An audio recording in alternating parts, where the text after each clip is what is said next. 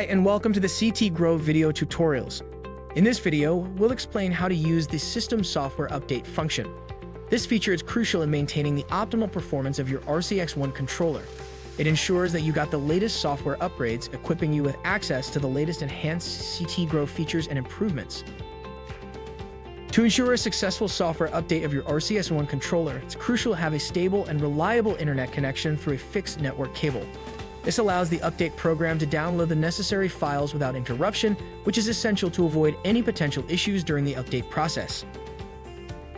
To check for and install available software updates, press the Settings button located on the RCX-1 dashboard, as can be seen in number 1. Then select the System Tools button to open the System Tools menu. From within the System Tools menu, press the Update Tool button, as can be seen in number 2. When there is a new update available, the controller will automatically install it onto your RCX-1 controller. It's important to note that during the update process, your controller might display a loading screen until the update is completely installed. Wait for the loading screen until it's completely finished with downloading and installing the latest update. Do not interrupt the update program at any point, as it can potentially damage your controller's software. Once the installation is complete, the controller will display both the previous and the newly updated version of the system software displayed.